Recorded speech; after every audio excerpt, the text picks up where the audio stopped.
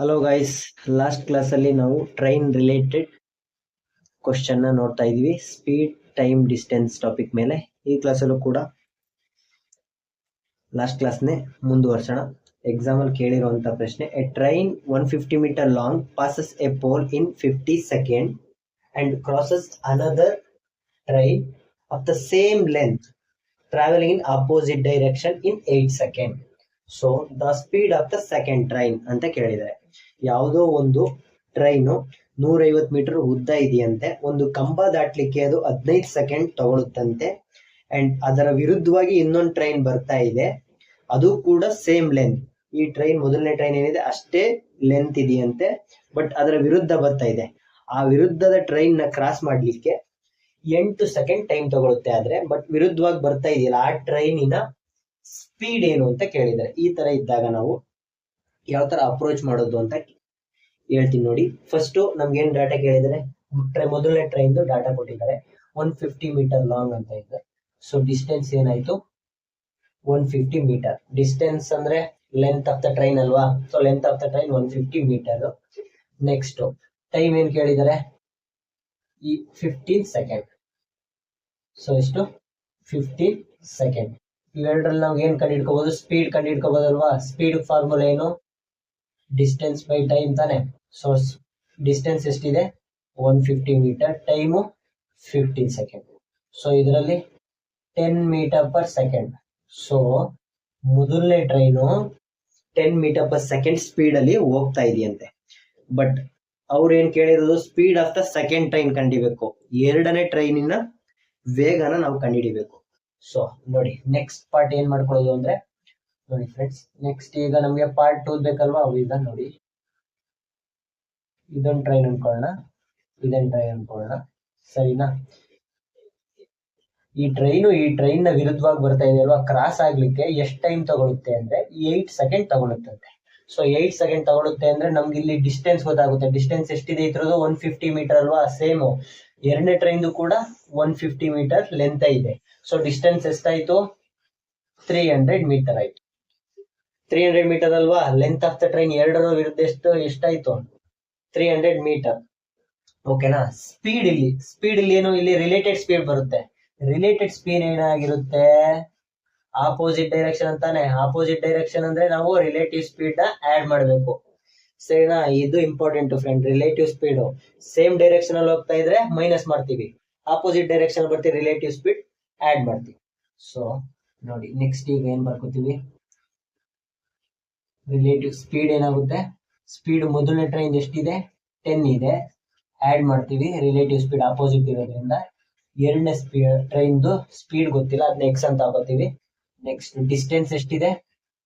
300 metre. 300 metre ಯಾಕೆ ಬರ್ಕೋತೀವಿ ಅಂತ ಗೊತ್ತಲ್ವಾ? ಇವೆರಡು ಕೂಡ ಕ್ರಾಸ್ ಆಗ್ತಿದೆ ಅಂದ್ರೆ ಲೆಂತ್ ಒನ್ ಟ್ರೈನ್, ಲೆಂತ್ 2 ಎರಡು ಆಡ್ ಮಾಡ್ತೀವಿ, ಸರಿನಾ? 300 ಮೀಟರ್. ಟೈಮ್ ಎಷ್ಟು ತಗೊಳುತ್ತೆ ಇವೆರಡು ಕ್ರಾಸ್ ಆಗ್ಲಿಕ್ಕೆ? 8 ಸೆಕೆಂಡ್ ತಗೊಳುತ್ತೆ. ಸೊ ನಾವು ಇದನ್ನ ಸಿಂಪ್ಲಿಫೈ ಮಾಡ್ತೀವಿ ಅಂದ್ರೆ ಎಷ್ಟಾಗುತ್ತೆ? 75/2. ಓಕೆನಾ ಫ್ರೆಂಡ್ಸ್? 4 ಇಲ್ಲಿ. ನೆಕ್ಸ್ಟ್ ಇಲ್ಲಿ ಏನಿದೆ? 10 ಪ್ಲಸ್ ಎಕ್ಸ್ ಇದೆ. ಈಗ ನಾವು ಎಕ್ಸ್ ನ ಹಾಗೆ ಇಟ್ಕೊಂಡು 10 ನ ಈ ಕಡೆ ತಗೋತೀವಿ ಅಂದ್ರೆ 75/2 ಮೈನಸ್ 10. ಸೊ ಇಲ್ಲಿ ಎಲ್ ಸಿ ಎಂ ಏನ್ ಬರುತ್ತೆ?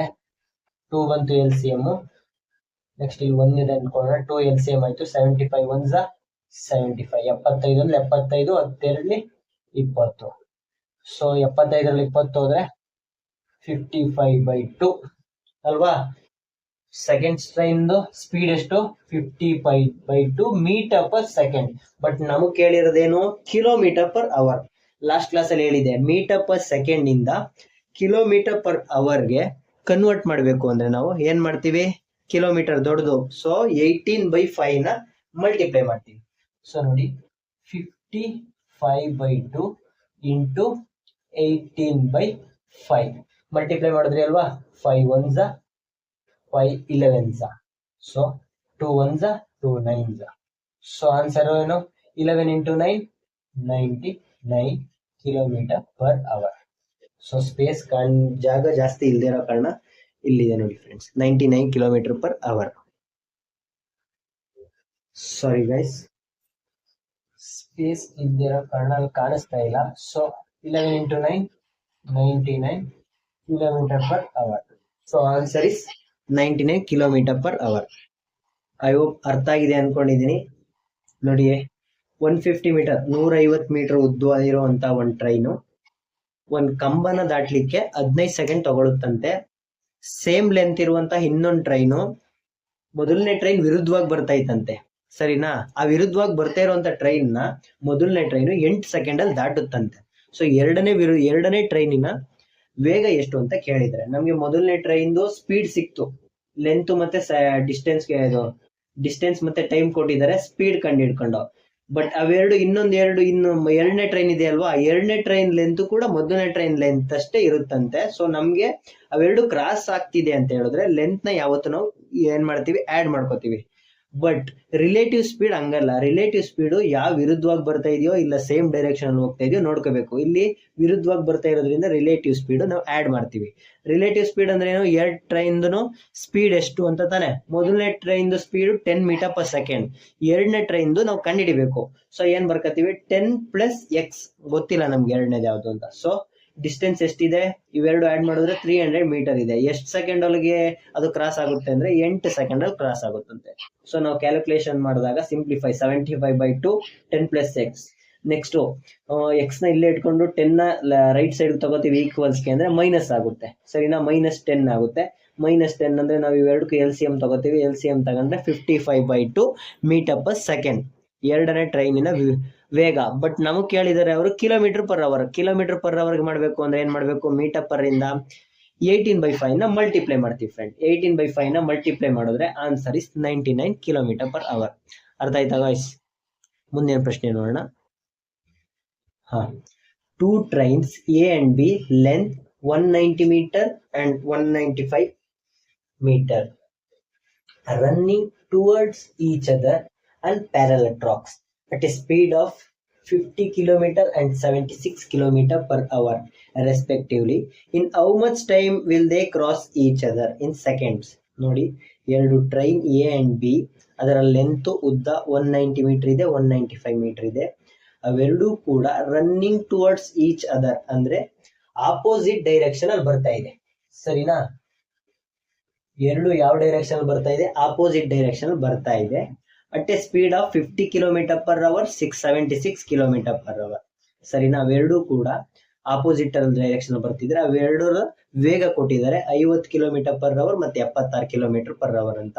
In how much time will they cross each other ಅಂದ್ರೆ ಅವೆರಡು ಕ್ರಾಸ್ ಆಗ್ಲಿಕ್ಕೆ ಎಷ್ಟು ಟೈಮ್ ತಗೊಳುತ್ತೆ ಅಂತ ಕೇಳಿದರೆ, ಟೈಮು ಯಾವ್ದ್ರಲ್ಲಿ ಇರ್ಬೇಕಂತ ಅಂದ್ರೆ ಸೆಕೆಂಡ್ಸ್ ಅಲ್ಲಿ ಇರ್ಬೇಕಂತೆ. ಸೊ ನೋಡಿ, ಡೇಟಾ ಕೇಳಿದ್ರೆ ನಮ್ಗೆ speed, relative speed. So relative speed ಎಷ್ಟು, ಇಲ್ಲಿ ಆಪೋಸಿಟ್ ಅಂದ್ರೆ ನಾವ್ ಏನ್ ಮಾಡ್ತೀವಿ, ಆಡ್ ಮಾಡ್ತೀವಿ. ಸೊ ರಿಲೇಟಿವ್ ಸ್ಪೀಡ್ ಎಷ್ಟಿದೆ, 50 + 76 ಎಷ್ಟಾಗುತ್ತೆ, 126. ಸೊ ಯಾವ್ದ್ರಲ್ಲಿದೆ, ಕಿಲೋಮೀಟರ್ ಪರ್ ಅವರ್ ಇದೆ ಅಲ್ವಾ? ನೋಡಿ 126 ಯಾವ ತರ ಬಂತು ಅಂದ್ರೆ ಆಡ್ ಮಾಡ್ತೀವಿ. ಯಾಕೆ ಆಡ್ ಮಾಡ್ತೀವಿ ಅಂದ್ರೆ ಅವೆರಡು ಆಪೋಸಿಟ್ ಡೈರೆಕ್ಷನ್ ಅಲ್ಲಿ ಮೂವ್ ಆಗ್ತಾ ಇದೆ, ಸರಿನಾ ಫ್ರೆಂಡ್? 126 kilometre per hour. ನಮಗ್ ಬೇಕಾಗಿರೋದೇನು, ಸೆಕೆಂಡ್ ಅಲ್ಲಿ ಬೇಕು. ಸೆಕೆಂಡ್ ಅಲ್ಲಿ ಅಂದ್ರೆ ನಮ್ಗೆ ಇದನ್ನ ಮೀಟರ್ ಪರ್ ಸೆಕೆಂಡ್ ಮಾಡ್ತೀವಿ. ಮೀಟರ್ ಪರ್ ಸೆಕೆಂಡ್ ಮಾಡಿದ್ರೆ ಏನ್ ಮಾಡ್ತೀವಿ ನಾವು, 5/18 ನ ಮಲ್ಟಿಪ್ಲೈ ಮಾಡ್ತೀವಿ. ಅರ್ಥ ಆಯ್ತಾ ಫ್ರೆಂಡ್ಸ್? ನೋಡಿ ನೆಕ್ಸ್ಟ್ 18 1s 18 7s ಅಲ್ವಾ, 18 ಒಂದ್ಲಿ 18 726 ಅಲ್ವಾ? ಅದಕ್ಕೋಸ್ಕರ ನಾನು ಹೇಳ್ತಾ ಇರೋದು ಫಾಸ್ಟ್ ಕ್ಯಾಲ್ಕುಲೇಷನ್ ಗಾಗಿ ಮಗ್ಗಿ ಟೇಬಲ್ಸ್ ನ ಅಲ್ಲಲ್ಲೇ ಪ್ರಾಕ್ಟೀಸ್ ಮಾಡ್ತಾ ಇರಿ, ಓಕೆನಾ ಗಾಯ್ಸ್? ನೆಕ್ಸ್ಟ್ ಏನಾಯ್ತು, 7 × 5 7 5 35 ಯಾವ್ದ್ರಲ್ಲಿದೆ, ಮೀಟರ್ ಪರ್ ಸೆಕೆಂಡ್ ಅಲ್ವಾ? ಸೊ ನಮ್ಗೆ ಸ್ಪೀಡ್ ಕಂಡು ಹಿಡ್ಕೊಂಡು ರಿಲೇಟಿವ್ ಸ್ಪೀಡ್ ಗೊತ್ತಾಯ್ತು ಗಾಯ್ಸ್. ನೆಕ್ಸ್ಟ್ ಈಗ ನೋಡಿ, ಅವ್ರೇನ್ ಕೇಳಿರೋದು ಟೈಮ್ ತಾನೇ. ಟೈಮ್ ಕಂಡು ಹಿಡಿಬೇಕಲ್ವಾ? ನಮ್ಗೆ D × T, S = sorry guys, speed = distance by time ಅಲ್ವಾ ಫಾರ್ಮುಲಾ? ನಮಗ್ ಬೇಕಾಗಿರೋದು ಯಾವುದು, ಟೈಮ್. ಸೊ ಟೈಮ್ ಇಲ್ಲಿ ಹೋಗುತ್ತೆ, speed, distance by speed = time. Next ನಮ್ಗೆ ಡಿಸ್ಟೆನ್ಸ್ ಎಷ್ಟಿದೆ, ಅವೆರಡು ಕ್ರಾಸ್ ಈಚ್ ಅದರ್ ಅಂದ್ರೆ ಎರಡು ಟ್ರೈನ್ ನ ಲೆಂತ್ ನಾವು ಆಡ್ ಮಾಡ್ತೀವಿ. ಸೊ ಲೆಂತ್ ಎಷ್ಟಾಯ್ತು, 190 + 195 385 ಮೀಟರ್. ಸರಿನಾ? ಎಷ್ಟರಲ್ಲಿ ಕ್ರಾಸ್ ಆಗುತ್ತೆ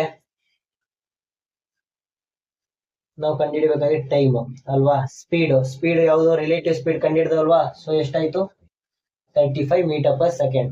ಟೈಮ್ ನ ನಾವು ಕಂಡುಹಿಡಿಬೇಕು ಅಲ್ವಾ ಗೈಸ್? ನೆಕ್ಸ್ಟ್ ಇದನ್ನ ಸಿಂಪ್ಲಿಫೈ ಮಾಡಿದ್ರೆ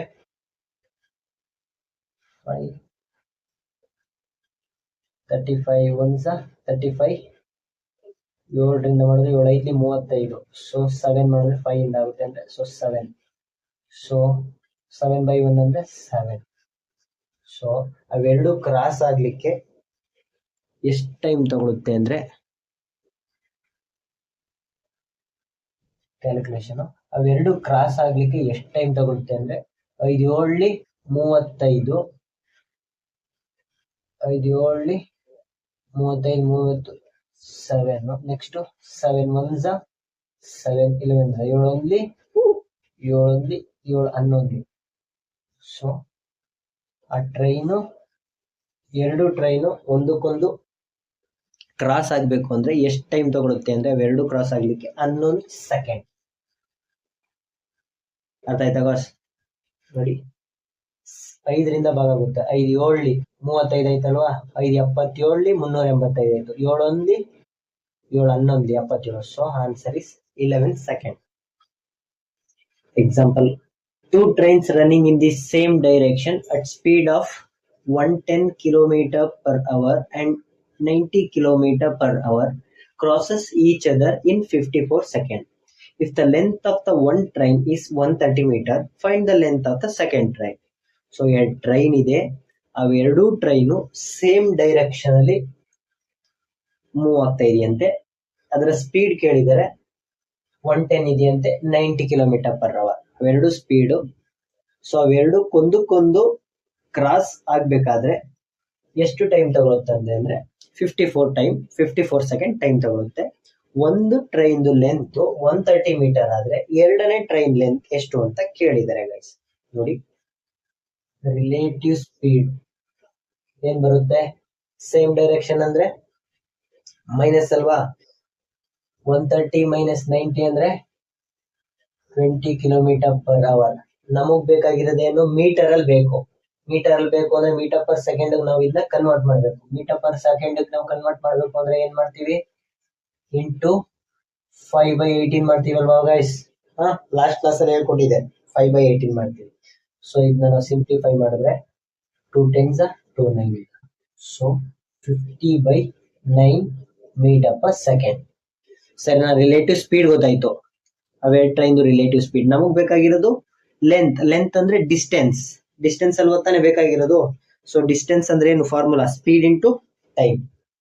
so distance is equal to S into T. Distance ಅಂದ್ರೆ ನಮ್ಗೆ ಎರಡೆರಡು ಟ್ರೈನ್ ಕ್ರಾಸ್ ಈಚ್ ಅದರ್ ಅಂದ್ರೆ ಎರಡೆರಡು ಟ್ರೈನ್ ಲೆಂತ್ ನ ಆಡ್ ಮಾಡ್ತೀವಿ. ಬಟ್ ಮೊದಲನೇದು ಲೆಂತ್ ಕೇಳಿದರೆ 130 ಮೀಟರ್, ಎರಡನೇದ ಕಂಡುಹಿಡಿಬೇಕು, ಅದನ್ನೇ ಫೈಂಡ್ ಔಟ್ ಮಾಡಿ. ಸೊ ಎಕ್ಸ್ ಅಂತ ಹಾಕೋತೀವಿ. ಸ್ಪೀಡ್ ಎಷ್ಟಿದೆ? Relative speed 50/9. ಟೈಮ್ ಎಷ್ಟರಲ್ಲಿ ಕ್ರಾಸ್ ಆಗುತ್ತೆ? ಎರಡಕ್ಕೂ 54 ಸೆಕೆಂಡ್ ನಲ್ಲಿ ಒಂದಕ್ಕೊಂದು ಒಂದು ಟ್ರೈನ್ ಇನ್ನೊಂದು ಟ್ರೈನ್ ಕ್ರಾಸ್ ಮಾಡುತ್ತಂತೆ. ಸೊ ಇದನ್ನ ಸಿಂಪ್ಲಿಫೈ ಮಾಡೋಣ. ಇವೆರಡನ್ನ ನಾವು ಸಿಂಪ್ಲಿಫೈ ಮಾಡಿದ್ರೆ, ಸಿಂಪ್ಲಿಫೈ ಮಾಡಿ ಗೈಸ್. 9 1 9 6 9 6 54 ಅಲ್ವಾ? ಸೊ 50 ಇಂಟು 6 ಮಾಡಿದ್ರೆ 300 ಆಯ್ತು. ಇದು 130 ಪ್ಲಸ್ ಎಕ್ಸ್. ಸೊ ನಮ್ಗೆ ಎಕ್ಸ್ ಅಂದ್ರೆ ಸೆಕೆಂಡ್ ಟ್ರೈನ್ ದ ಲೆಂತ್ 130 ಈ ಕಡೆ ಹೋಯ್ತು ಅಂದ್ರೆ ಮೈನಸ್ 130 ಅಲ್ವಾ?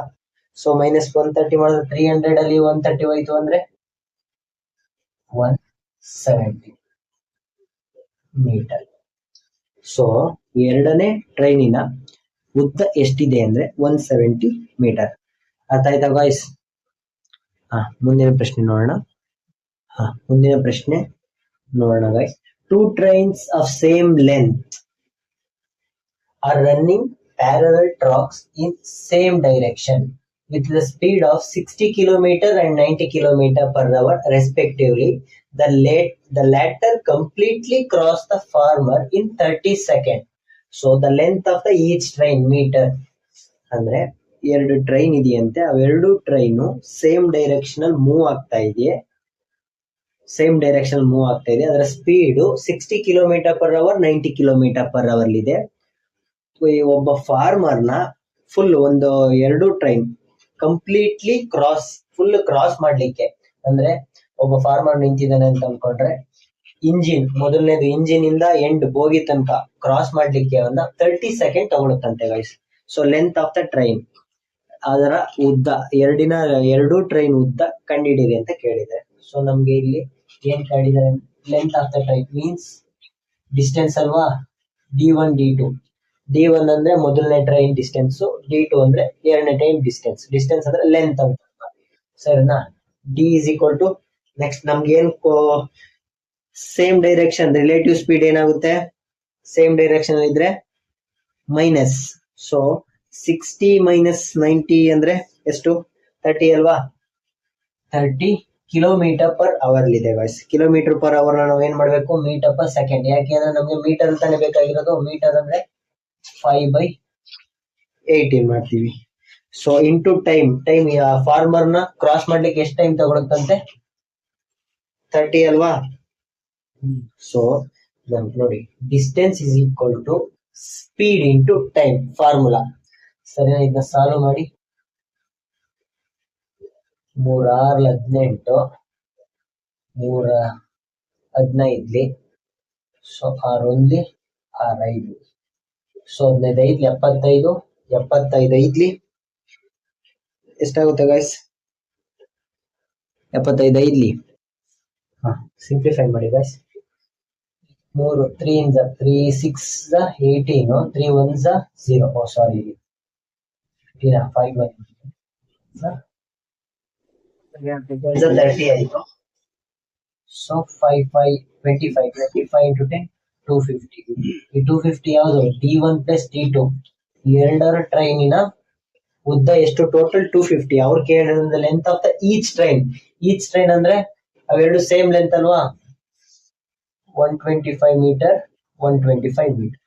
ಸೊ ಒನ್ ಟ್ರೈನ್ ಉದ್ದ 125 ಅಂದ್ರೆ ಅನದರ್ ಬೇರೆ ಟ್ರೈನ್ ಉದ್ದನೂ ಕೂಡ 125 ಮೀಟರ್ ಆಗಿರುತ್ತೆ ಫ್ರೆಂಡ್ಸ್. ಯಾಕೆ ಅಂದ್ರೆ 2 ಟ್ರೈನ್ ಸೇಮ್ ಲೆಂತ್ ಅಂತ ಕೇಳಿರೋದಲ್ವಾ.